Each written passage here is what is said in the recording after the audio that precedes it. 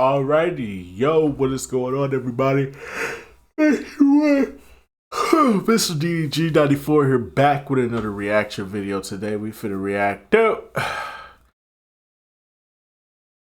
my partner in crime, Soft Drink TV, 2K15 retrospective 10 years later. Hey man, if you have been a long supporter of this channel, you know, like I know, I hated this fucking game. This is the 2K that started my hate train.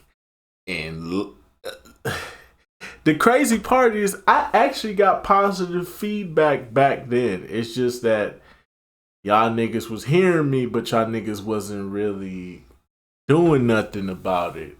And then as the years went on, the game just got worse and worse, and everything I said was true. I predicted the downfall of 2K from this game alone. This game alone let me see into the future of what 2K was trying to do. I already knew the game plan. I already knew what they were going to do. Yeah, and y'all let it happen.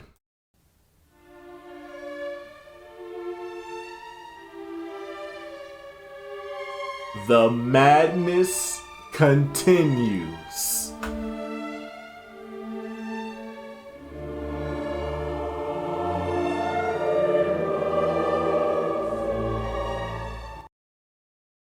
But anyways, though, without further ado, let's get right into this.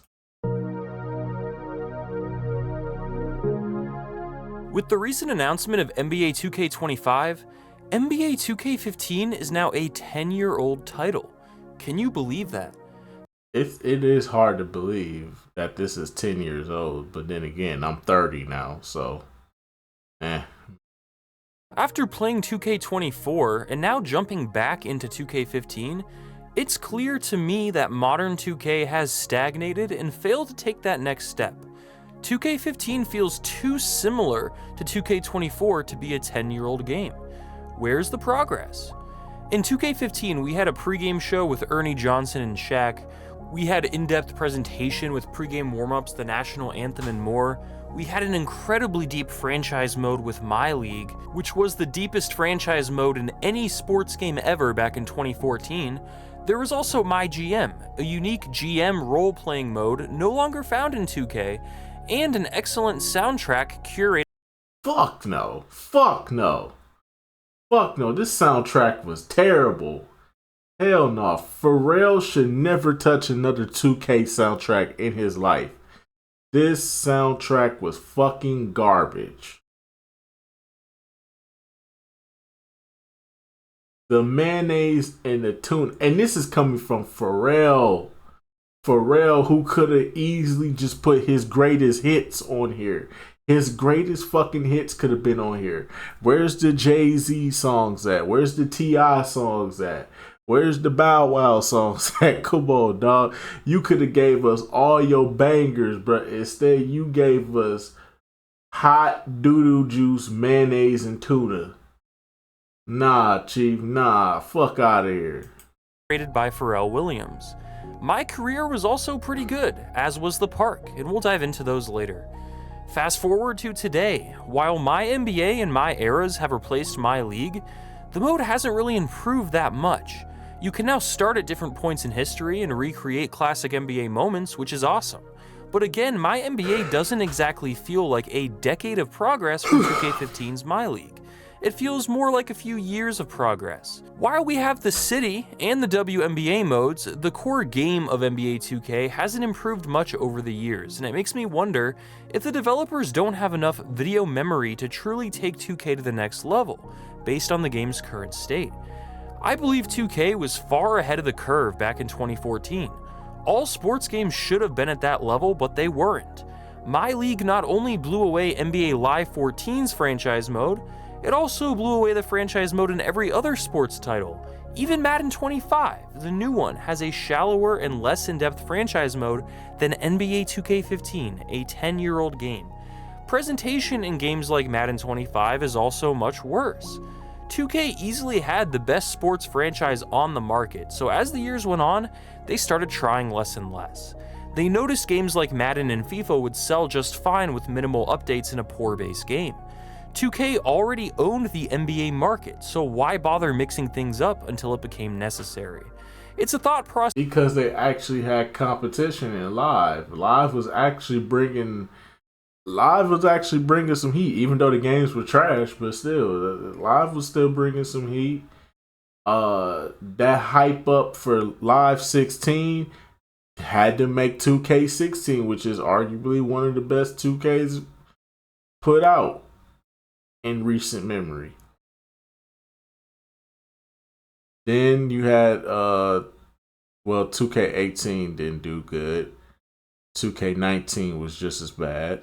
I don't know why do y'all overrate 2K19? 2K19 was trash, and that's hard for me to say with Giannis on the cover.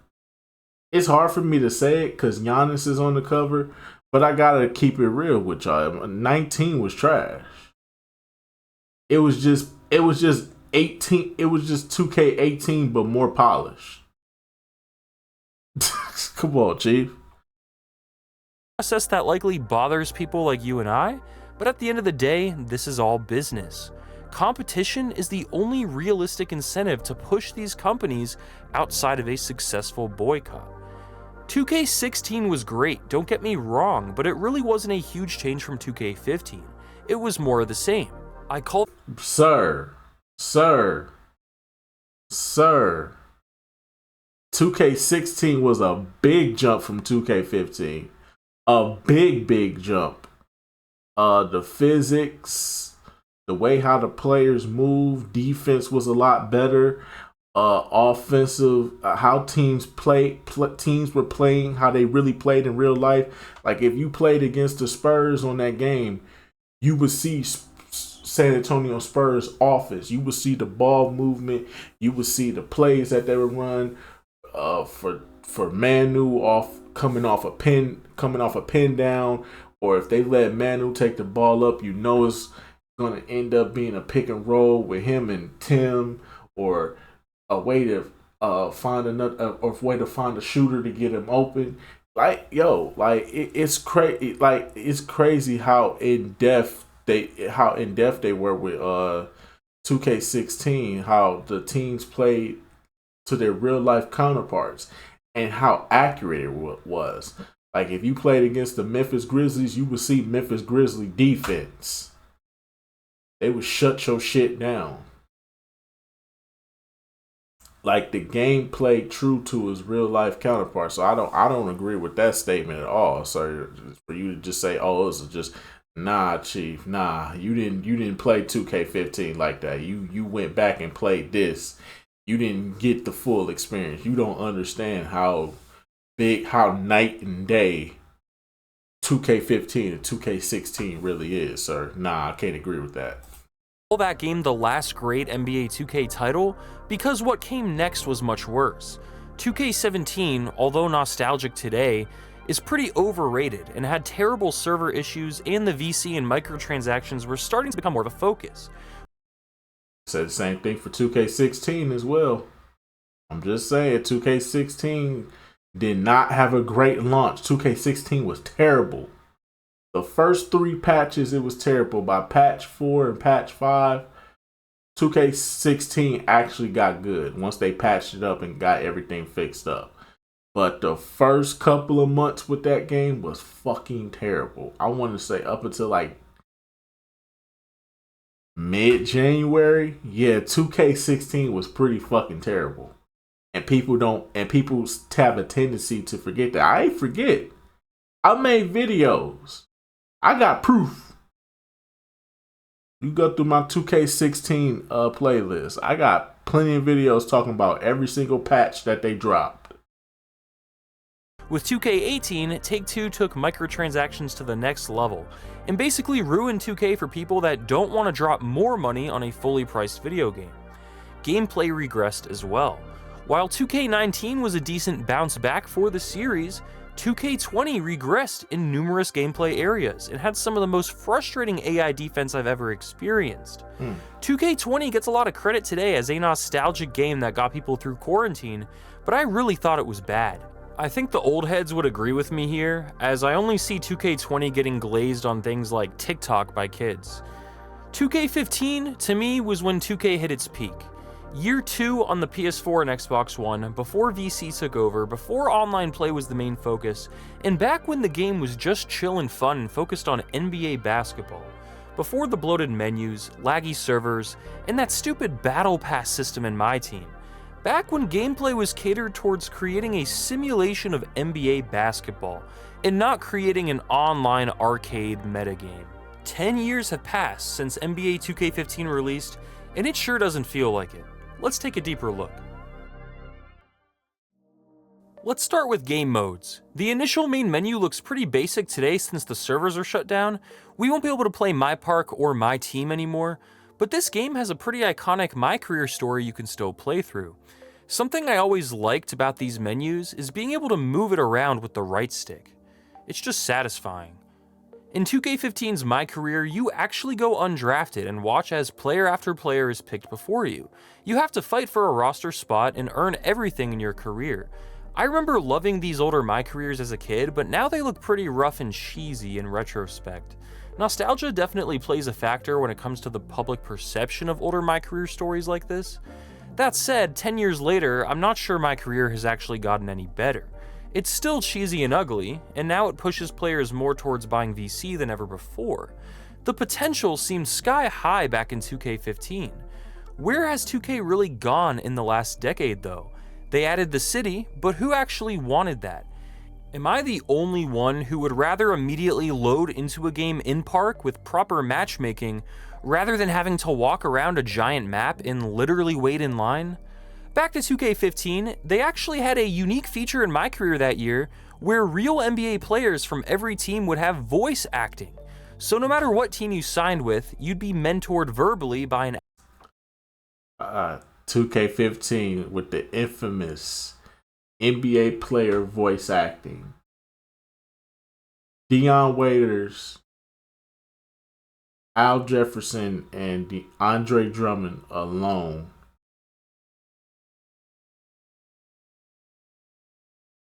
second grade reading level ass niggas. I'm sorry, but them niggas was second grade. Them niggas got second grade reading levels, cause ain't no fucking way. Dion Waiters was the worst. Dion Waiters gave Floyd Mayweather a run for his money, bro. I'm just saying, bro. I'm just saying, bro. Dion Waiters gives Floyd Mayweather a run for his money, bro. I'm like, what he say fuck me for? An actual veteran on any of the 30 teams. This was a cool touch, but the players they used weren't exactly the best voice actors. Take a listen. All right, because if I have to learn anything, it's that you have to tune out. Garbage. Only things that matter is what happened between the lines. Do the work, listen to the coaches, and the result will take care of themselves. Bro, you clearly reading off the script, bro. You got a third grade reading level. Al Jefferson, come on, bro. Because at the end of the day, it's not about the money, the nice hotel, the private jets. Remember that and you will be fine, okay? Yeah. You're right. He's right. We got too much talent and we work too hard to be playing like this. We got to get this train right back on track real quick like. That's right. We all have that attitude. The train will be rolling in no time. Let's do it. Oh, y'all niggas really got third grade reading levels, dog. Y'all really can't read off a script like you talking. Yo, this is sad. This is sad. $1 million ass niggas with third grade reading levels. This is sad. Who have thought About what? that a young buck like you could actually do the right thing and avoid getting his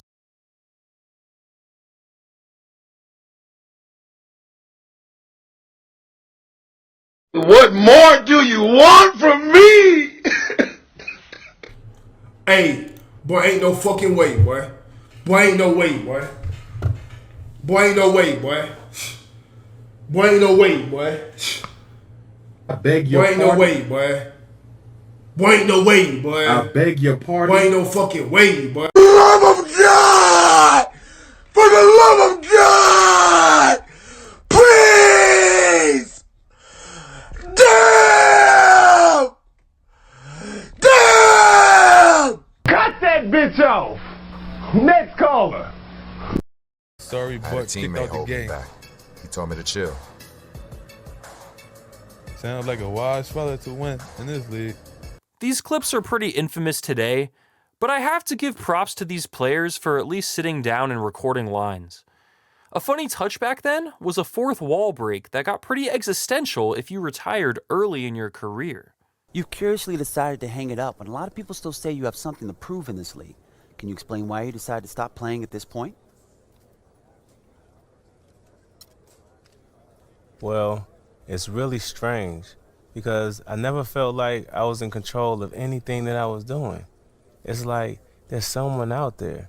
It's something that's controlling me. It's pulling my strings. I don't get it, but I can never really explain it. I don't really know why I'm making this decision. I don't really want to make this decision. I think it's the wrong decision, but I can't stop myself from making this decision. So I guess I have to hang it up. Sorry, guys. Bye. I beg your pardon. I beg your pardon. As I mentioned earlier, is now offline. But in its prime, 2K15 had a humble park split into 3 communities, where you loaded into games faster and didn't have to walk around a bloated city.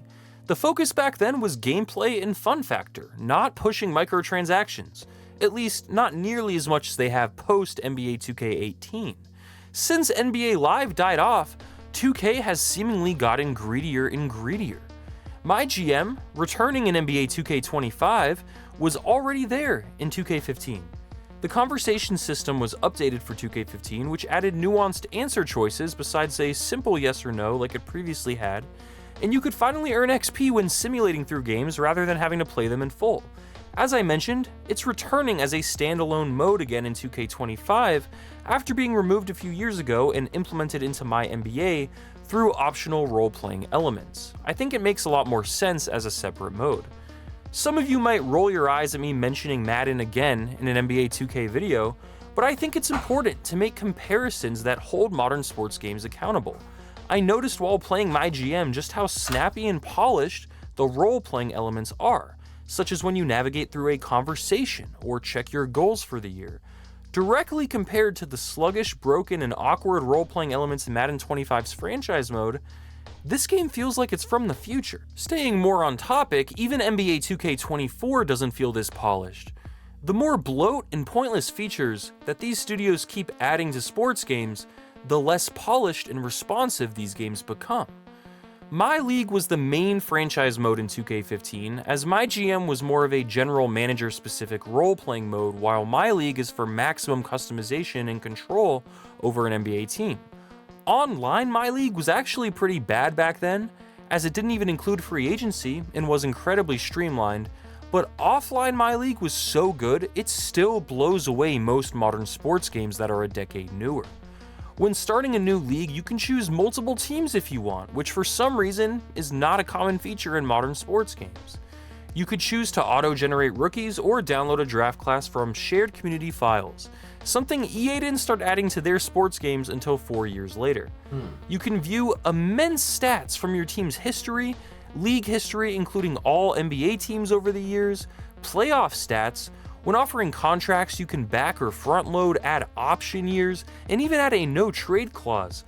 Player cards have so much data to comb through, and the mode, despite how deep it is, runs very quick and snappy.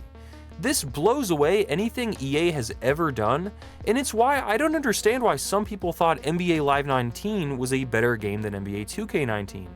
To me, a franchise mode is the main mode of a sports game, and if it isn't very good, the game suffers. In 2K15, it is very good. Outside of the main game modes, 2K TV was added to 2K15 for the first time, and back then it was pretty good and felt less like watching an advertisement. The rosters in this game were iconic. You had the incredibly young Embiid and Giannis ready to develop into superstars. You had LeBron returning to Cleveland paired with Kyrie and Kevin Love. You had the beginning of the Warriors dynasty, Kobe entering his final years, and it's a pivotal era in NBA history that's a lot of fun to go back to today. Now let's talk about presentation. New to 2K that year was a pregame show with Ernie and Shaq. This still blows away the pregame presentation in nearly every other sports game 10 years later. They give legit analysis based on player and team narratives. It was there while the game loaded, and you could either skip it or continue watching once the game did load. 2K nailed presentation back in the day, and this felt like the natural progression of Chris Berman from the old NFL 2K games doing pregame.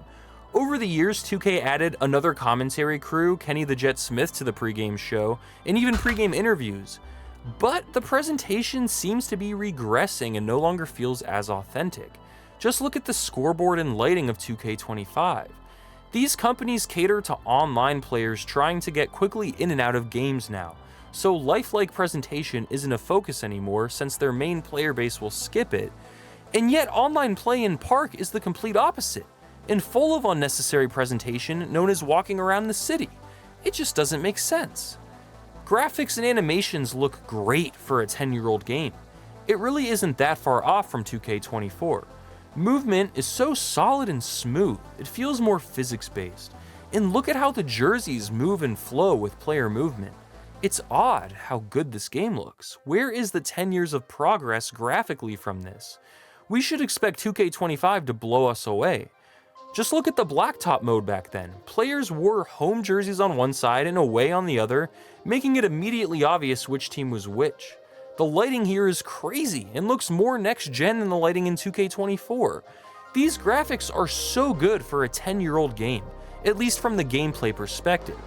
Zoom-ins aren't as good as modern 2K, obviously, but from the gameplay perspective when you're actually playing and not looking at replays, it's hard to notice 10 years of improvement. Commentary was really solid for its time, and the crowd would get on their feet and get loud in crucial moments. Announcers would get very excited when a crazy shot fell.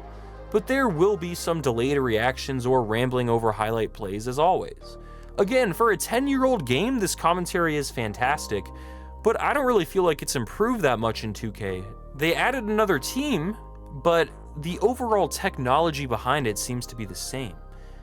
Man, that soundtrack was elite. Curated by Pharrell Williams, it was just perfect. 17 Years by Rat-a-tat is the perfect song for a sports game soundtrack.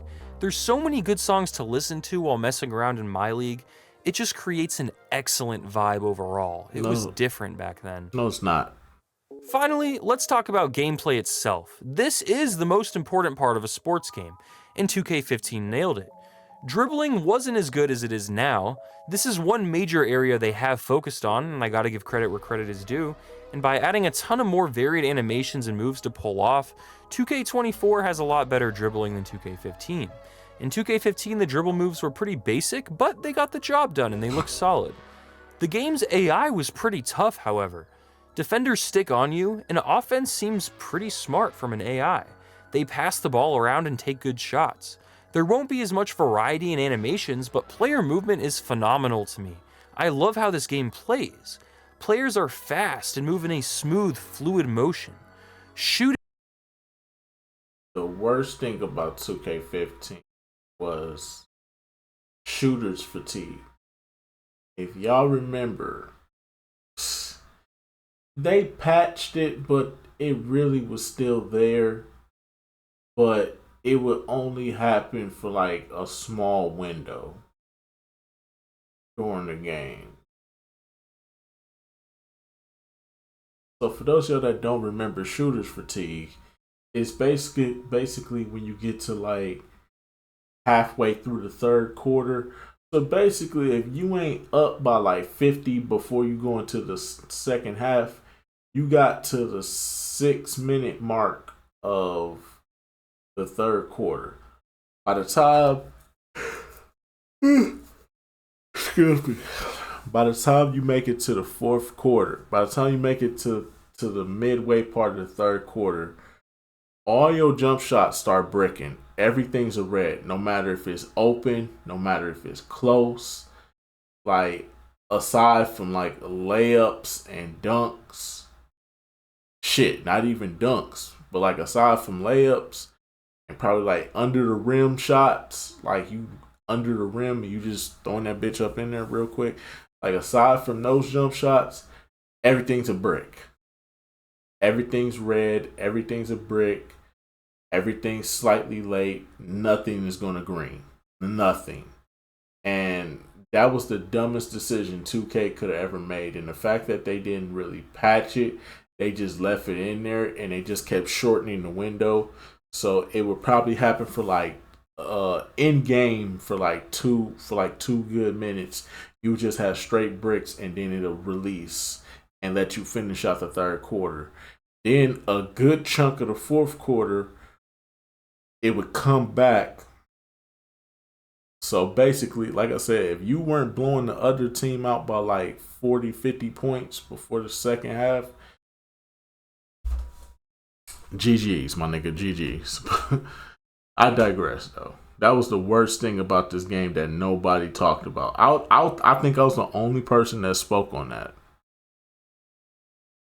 Shooting is snappy and rewarding. It's forgiving, so you don't need to green to make shots, but greening is pretty easy with practice. It's not too difficult, but it adds enough challenge. Easy shots are pretty easy to make. Hard shots are much harder to time, but you can still make pretty much anything. The MIDI was the cheat code in this game. If you was playing at the park, everybody at park knew MIDIs were the cheat code. If you needed to game, if you needed a game winner, you never went for the three. You always go for the MIDI because the MIDI was always a green bean every single time. Only real skilled players remember that and knew that. I was one of those few that knew that. You can imagine with proper timing. Tough shots will be hard to make, but still possible. That's how a basketball game should play, in my opinion. This was also the first 2K with a shot meter, believe it or not. This was a feature seen in older Sony NBA games like NBA Shootout, and 2K finally added it to their game in 2K15. Players will actually auto-contest shots for you sometimes, and small players can make contested layups by being crafty and quick, instead of missing a makeable shot simply because someone taller is standing there. It feels like there is a lot more freedom of player movement and playstyle compared to newer 2Ks. There's less of that floating on ice scripted into animations feel. NBA 2K15 was an elite sports game, and while 2K16 was another great entry, 2K15 feels like the absolute peak of the series. This was when the foundation was fully built, and 2K has more or less coasted off of this base game for years now, slapping more and more microtransactions on top of it and adding unnecessary bloat like the city, resulting in a gigantic, bloated, sluggish cash grab of a game today. I genuinely feel like you can buy 2K15 and essentially have the same experience as you would in 2K24 if you're an offline player. Illegally download this. Don't buy this. This game is old as shit. Why would I buy it? Illegally download it. My NBA is deeper, and the My Eras mode is awesome, but most of the features in that mode and depth are found in 2K15's My League as well. The My Career story is cheesy but fun and rewarding. In 2K24's My Career is more of a grind. Gameplay hasn't improved dramatically and feels like it has regressed in some areas. I had a similar reaction when playing Madden 11. Where is the so-called progress from years and years of newer games? Let me know in the comments, does NBA 2K25 look like 10 years of progress from 2K15? I'm not so sure, but I'll let you guys know my thoughts on 2K25 when it releases with a review on this channel, so make sure you're subscribed if you don't want to miss it. NBA 2K15 was ahead of its time and basically finished the foundation 2K would start slapping nonsense on top of in the coming years. It begs the question, have we really seen a solid decade of progress since 2K15? Or is 2K stagnating, due to a lack of competition. I think NBA Live or NBA Street or something like that needs to return to push 2K. Thanks for watching. Alrighty, man. That's just gonna about do it for this one, man.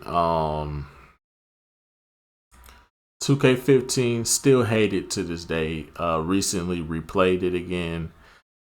Still hate the game. Still hate it. It was just a bad overall experience from a gameplay perspective. And to see where they were going with the microtransactions and the VC and how they were going to make this game, you know, just worser and worser and worser, and how lack of detail, lack of innovation, just more ways of how can we get money off these niggas started to become the main priority. It just ruined such a great franchise. Like, this is a great franchise, and it was ruined by selfishness and greed. And I saw that in 2K15. I saw the selfishness. I saw the greed. Y'all may not remember this, but y'all remember patch 3 for 2K15? Patch 3, they fucked up the shoes. We had to go 3 months without equipping shoes. Everybody was wearing 2K generics because these niggas gave us a patch. And not only did they give us a fucking bad patch, they had the audacity to leave us with that patch for 3 months just to give us another patch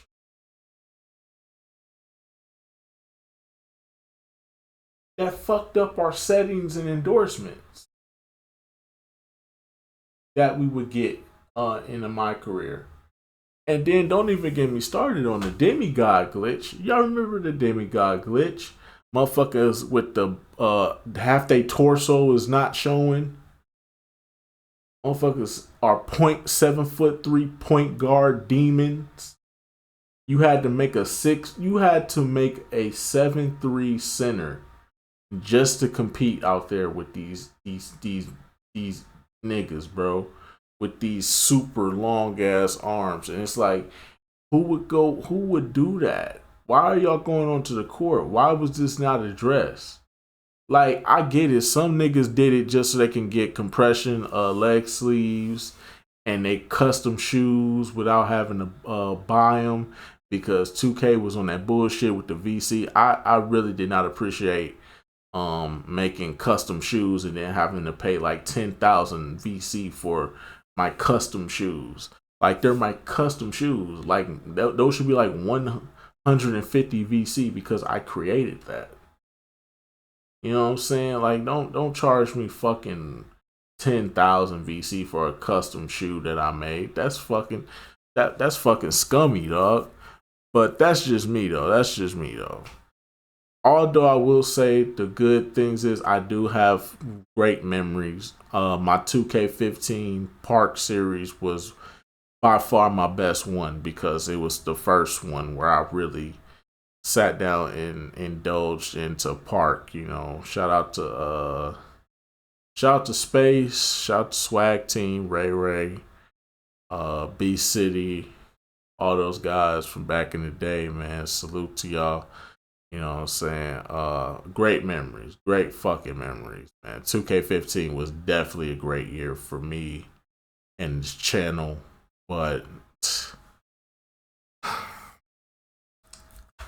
so much bad with this game. So much bad. But anyways, that's just gonna about do it for this one, man. Let me know what y'all think down in the comment section below. I'll get back to you. Till then, peace out.